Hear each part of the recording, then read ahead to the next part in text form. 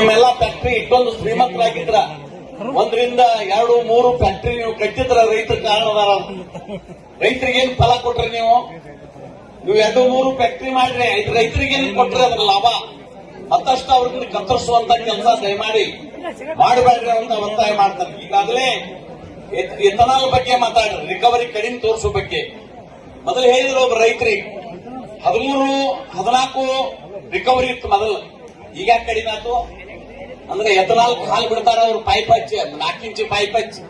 ಮತ್ತೆ ರಿಕವರಿ ಬಾ ಅಂದ್ರೆ ಇಲ್ಲಿ ಬರ್ಬೇಕಾದ್ರೆ ನೀವು ಅದನ್ನ ಬಂದ್ ಮಾಡ್ರಿ.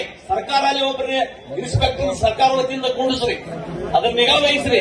ಒಂದಿನ ಸರ್ಕಾರ ಮಂತ್ರಿನೂ ಬಂದು ಅಲ್ಲೇ ಕುಂಡ್ರಲ್ಲಿ 1 ದಿವಸ ನೋಡ್ಲಿ ಆ ರಿಕವರಿ ಎಷ್ಟು ಬರ್ತೈತೆ ಕೇಳ್ಕೊಂಡು ಆ ರಿಕವರಿ ಪ್ರಕಾರ ನಮ್ಗೆ ರೇಟ್ ಕೊಡಿ ಅನ್ನುವಂಥದ್ದು ಒತ್ತಾಯವನ್ನ ನಿಮ್ ಪರವಾಗಿ ಸರ್ಕಾರಕ್ಕೆ ನಾವು ಮಾಡಬಯಸ್ತೀವಿ. ಸರ್ಕಾರ ಎಷ್ಟು ದಿನ ನೋಡೋರು ನೀವು ಬರೀಲ್ಲ ಒಮ್ಮೆ ಇಟ್ಟೆಲ್ಲ 3 ದಿವಸ 16,000 ರೈತರು ಕೂತು ಸ್ಟ್ರೈಕ್ ಮಾಡ್ತಾರ. ನೀವು ಅಲ್ಲಿ ಬೆಂಗಳೂರಾಗ ಆರಾಮದಿ, ನೀವು ಚೇವಿ ಮಾಡ್ತೀರಿ. ಇಲ್ಲಿ ಕಷ್ಟ ಕೇಳವ್ರು ಯಾರ್ರಿ? ನಾಳೆ ಇದೇ ರೀತಿ ಮುಂದುವರೆದ್ರ ಹೊಲದಾಗ ಕಬ್ಬಿನ ಬೆಳೆ ಒಣಗಿ ಹೋಗ್ತೈತಿ.